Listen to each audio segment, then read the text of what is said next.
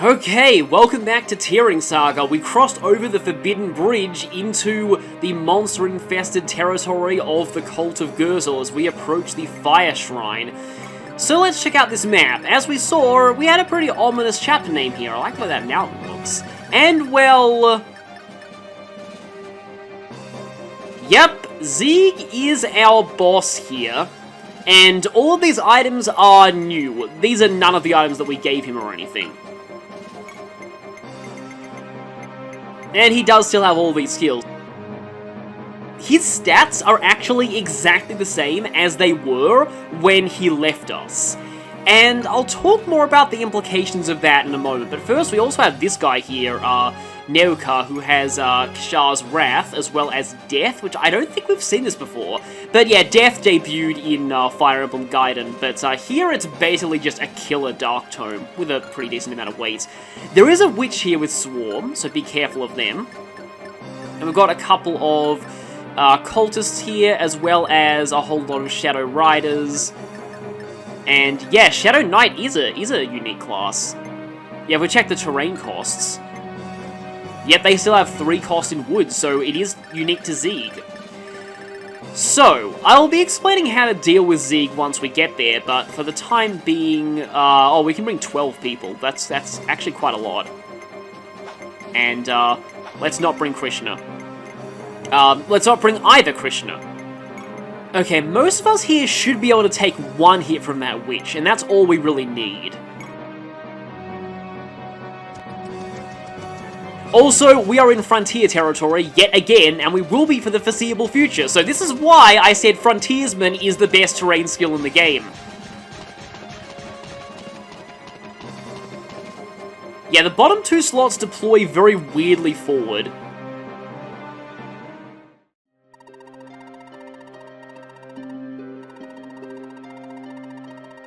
And yep, there are going to be reinforcements in this map too.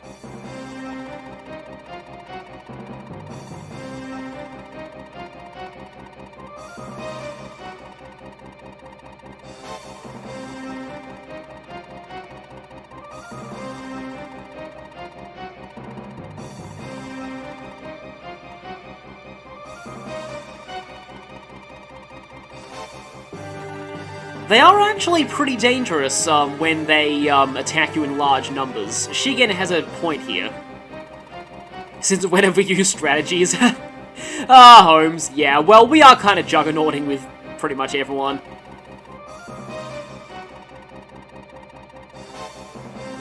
We're bickering like school children is what they really do, and it's fun. So, they're actually not all that strong, really. Yeah, even this, it is kind of sad how even this late into the game, the enemies are very, very weak. But, I mean, even they kind of said that. They are basically just meant to be cannon fodder. Well, arrow fodder, because there are no cannons invented yet in this universe. And despite how different some of this terrain looks, the majority of it, yeah, the whole thing is just plains. There's no frontier terrain or anything here. So it just looks fancy, but it's really just all the same kind of normal ground. So that conversation with Zieg is really interesting, and I guess in this chapter I can talk about just how interesting of a character that I think Zieg is, because in a lot of ways, I think Zieg is probably the best way that you can do a Camus archetype, and that is to have them be part of your army for most of the game, and then they leave you, and were revealed to have been an enemy spy all along. And, like, now that Zieg is back and he's fighting for the cult again, from remembering the backstory of the Zoans that was told to us by Father Law on the boats, Zieg is really just a guy who thinks he's doing his best for his country. He's just a normal soldier. Like, he's not some kind of super dangerous brainwashed fanatic or anything. He's just a guy doing his job, really. And he's just fighting for Gerzel because he thinks that's what'll be best for Zoa. That's really the only Zoa he's ever known. So it is really a really interesting way to do a character, and at the same time, I also think this is one of the best ways that you can do a Jagan, or a character who starts out powerful and is meant to act as a crutch for the early game. And again, I'm pretty sure that everyone should be able to survive one hit from the Witch. Lionheart probably won't get doubled. Especially since Swarm is fairly heavy. Okay, he does get two-shotted. So that is somewhat scary. But, like, I'm pretty sure... Yeah, he doesn't get doubled, that's good. And now they're probably just going to all charge at us at once. Like, again, they are actually fairly dangerous if they all gang up on one character at the same time.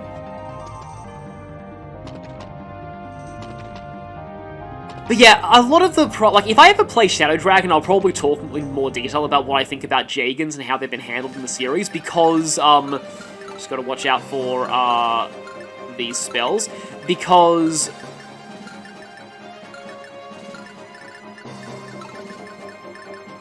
Oh, I suppose I can get on the front lines and just use Dullahan to, avoid death, but because... There's a village conversation in that game that explains the general intent of Jagans, and it's kind of hilarious just how badly the Jagan in that game fails at that. Because oftentimes they can't underestimate how weak the enemies would be, and thus just how long a Jagan character can really just work off their base stats, and just last until pretty much the very end. For example, I'm currently in the middle of Binding Blade on normal mode, and Marcus is only just starting to drop off, and it's chapter 16. Oh yes, by the way, Lunasaur, this one-shots these guys because of ignoring defense.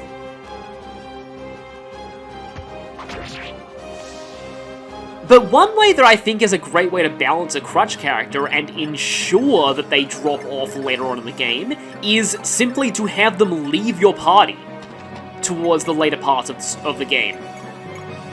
Or the story. Like in this case, where like Zieg is, wait, do you have a pylon? Okay. So you actually can counter me. So yeah, Zieg is... how much is that? I have 15 defense, which is probably fine.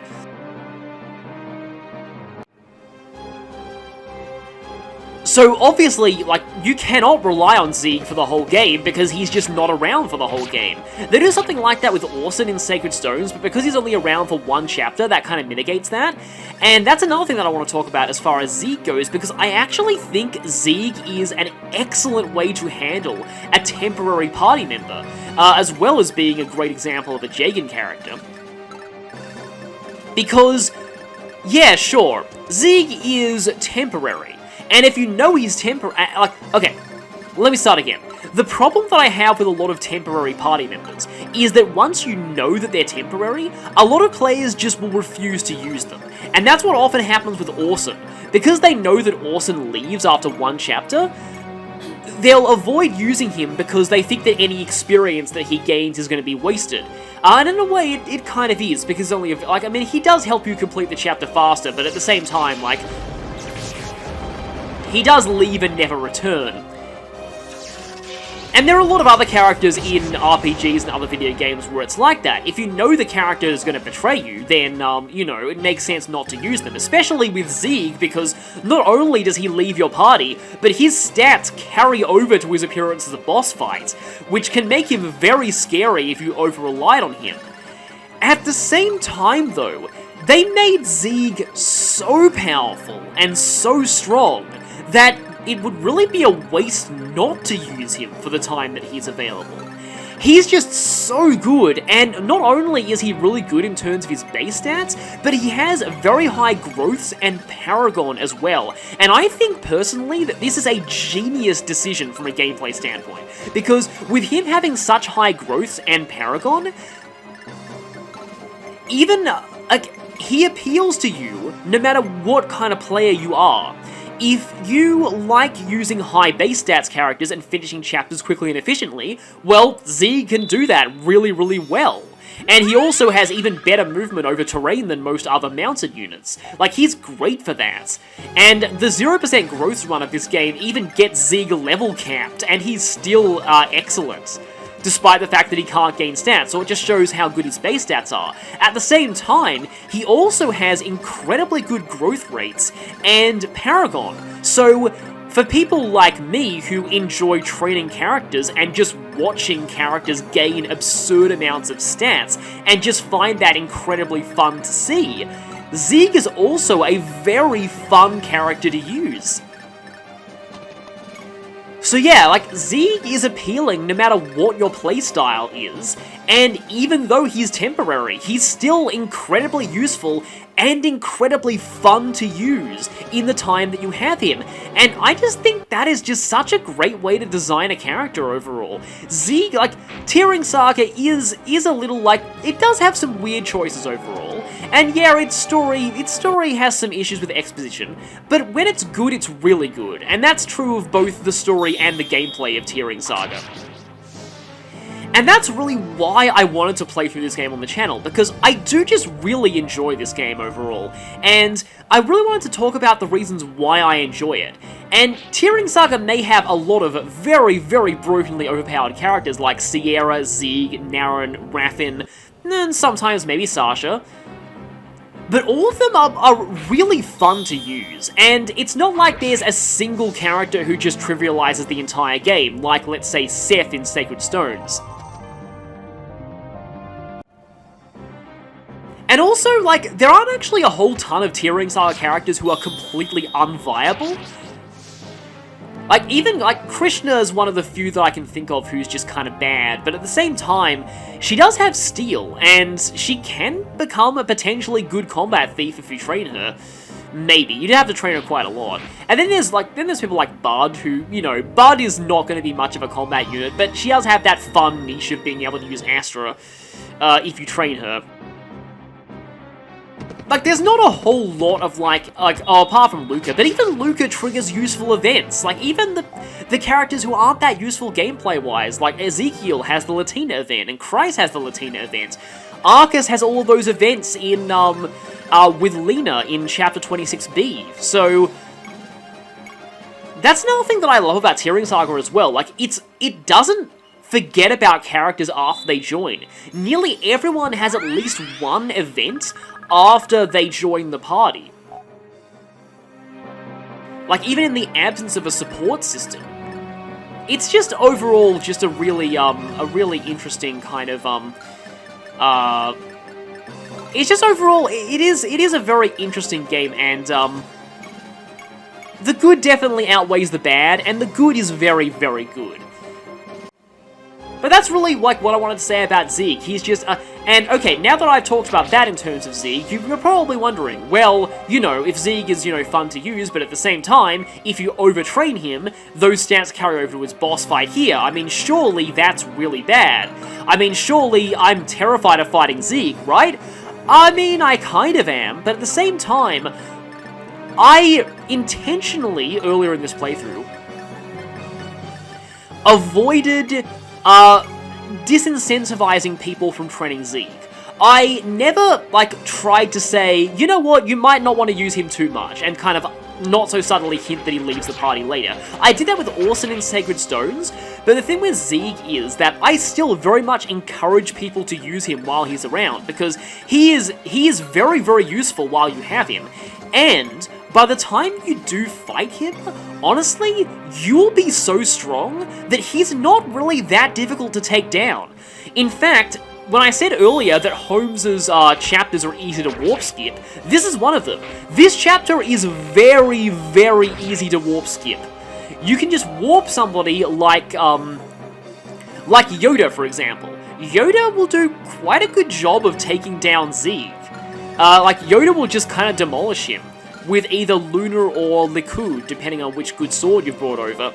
And also, like, he doesn't have a range weapon either, so you can just attack him at range, and in fact, at this point, this is where you're likely supposed to use Sierra too, because, just want to make sure. Oh, he has 8 move now because of Frontiersman. But yeah, if I move Shigen over here, because my idea is that I actually kind of want... Oh, if I grab Nosferatu from you, then I actually can't use it because Sierra's on the other route and there's no more time to transfer items. That's kind of a shame. I sort of really want to get a Nosferatu tome for Sierra, but she'll have plenty of opportunities to mug them later. And I actually have a Thief's Dagger in Runan's party as well, so I can use that as well if I want to. But I kind of want to fight Zieg with Shigen. Because yeah, he does actually have a lot of... He does have a decent amount of critical, and he also has Wrath, so you probably don't want to go up against him with Vantage, or you might have issues. I guess I can just, Am I gonna be able to beat you with a Scimitar? Probably not. Yeah, I'll just use the Weapon Sword. You have no resistance anyway. In fact, this chapter and the next chapter are the last 2 outdoor maps that Holmes has until the final chapter, which is only half outdoors, like I said. So, yeah, you might want to make use of Martel or any other flyers or cavalry while you still can. In fact, flyers especially, because cavalry are gonna not like the next chapter. They are really, really not gonna like the next chapter at all. The next chapter is something, let's just say. It is certainly something. I did allude to it earlier back in chapter 16 that 32 might actually be the worst chapter in the game, but by that point you have a lot more tools to potentially trivialize it. You don't have those tools for chapter 16.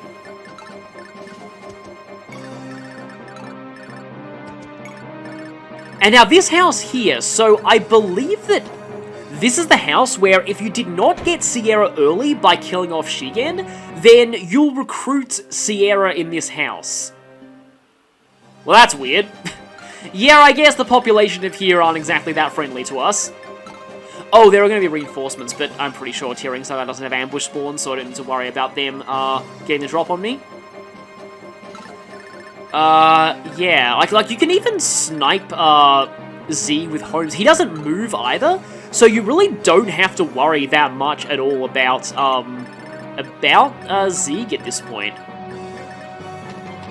Yeah, I can't flurry, because, like, I definitely don't want him to get the drop on us or anything, but... And yeah, this is actually a defeat boss map, and the boss is Zieg, not the other sorcerer who's near him, so I was thinking of, like, trying to lure you with Dullahan Shigen, but at the same time, potentially that means that, I could just activate a whole bunch of skills and then kill him, and I want to see if I can take down this guy as well, even though, that guy is very similar to, certain bosses in Radiant Dawn, I'll just say. I might be able to try and take him down next turn with either Samson or Zeno.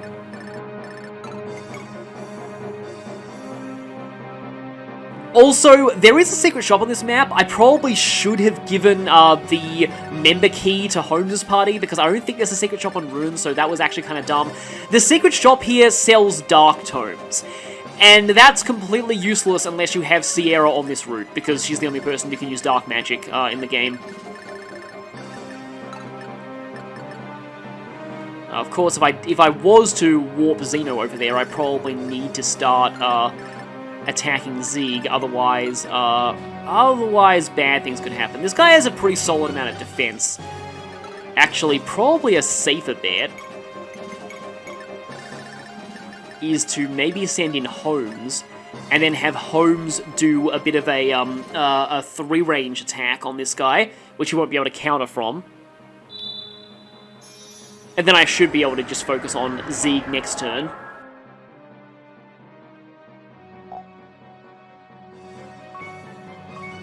For someone who has access to a lot of very useful staves, you'd think that she'd be leveling up more.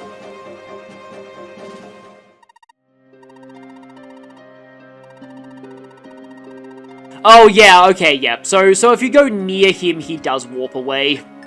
So that was honestly a waste of a warp staff use, but it's probably fine.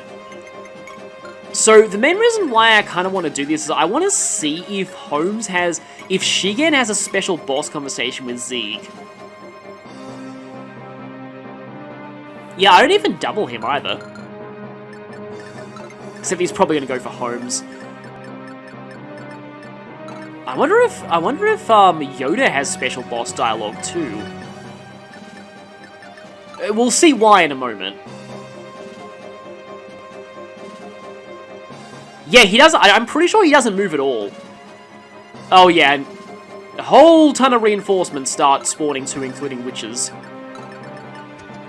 But if I play this right, I might not even have to deal with them. So yeah, is there going to be a special boss conversation here?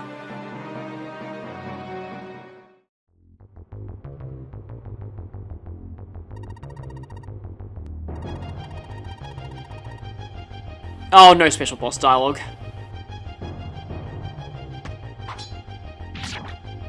Oh yeah, he does have those shields.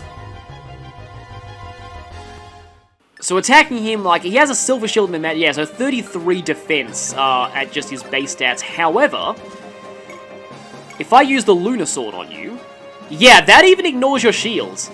Does mean I probably need to heal Yoda next turn, though. Although, that's gonna Wrath, and I don't have Nile on Yoda. Okay, so this is gonna be a little bit interesting. That actually does double. Yeah. And that'll break the shield. If I break his shield, then Holmes will be able to chip him down. And then Yoda won't have to worry about Wrath. Yep, there's the shield gone. They did at least give him a shield to make him, like, a little bit tougher, but with the shield gone, Holmes should be able to use the Blessed Bow here. Again, I don't double, but I do quite a bit of damage, and I don't get hit by Wrath thanks to being at range, or I could just crit. No crit. Okay. And then Yoda's definitely going to finish the job here. It makes sense for Zeeg to be using the different boss theme too. So yeah, when I attack with him, it's going to be map over, so I might as well, before that, get a little bit of experience in with my other characters. Though I don't think I want to use my Warp Staff.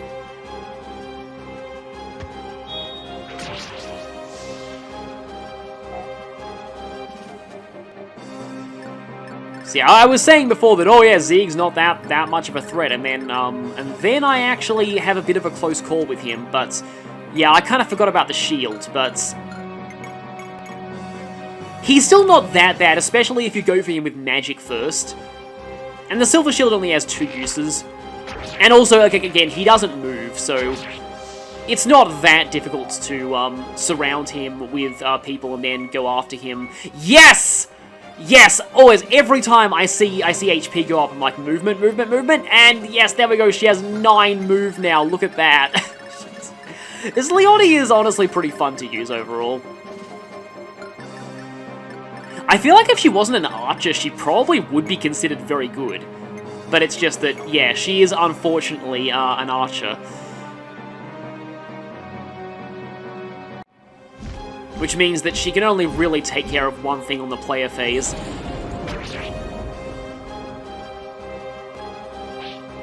I talked earlier about how Armor Knights, like Saga, never really balanced Armor Knights, and, well, he never really found out how to balance Archers much either. It wasn't, like, really until Fate that Archers became good. But I think that, yeah, that should be pretty much everything here. So, I don't know if Yoda has special boss dialogue here. In fact, I probably don't even need to use the Lunar Sword. Yeah, no, that would do enough, but, like, yeah, 70... I mean, I have a ton of just on the Lunar Sword, just, like, for good measure, I guess. He doesn't have Pavis, does he? Okay, yeah, he does have Nile. Doesn't have Pavis, though. So, yeah, I can't activate any of Yoda's crazy skills, but, I don't need any of them, because I can just do this. So let Yoda show you how a true Wazoan should fight, and what they should fight for. There we go.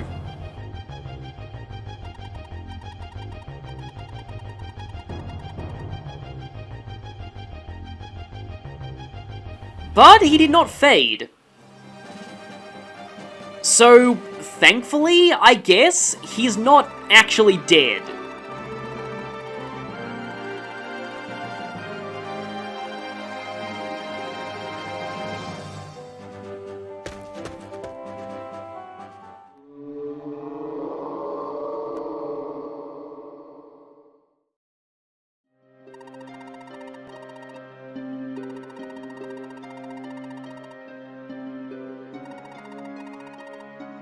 So, Carla is his sister. I think I've said that earlier.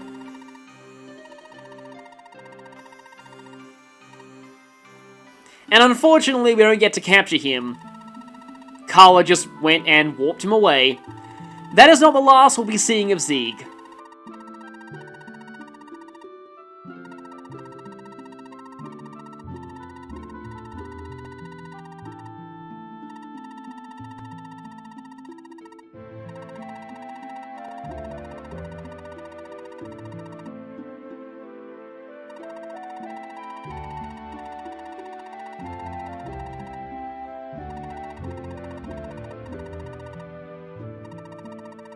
Yeah, but pretty much just nudging Holmes into marrying Katri and taking over Salia.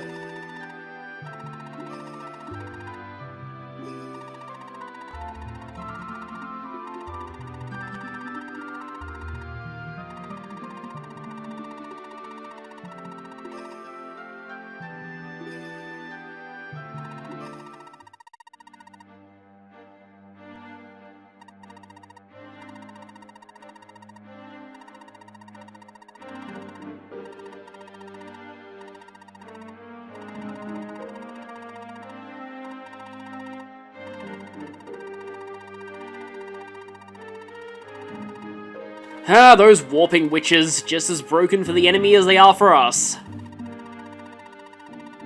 Yeah, for some reason we were dumb and didn't leave anyone to guard the very, very powerful enemy commander who we just captured. And with that, yeah, I told you that this part of the game goes by quickly. We move on directly to the next chapter.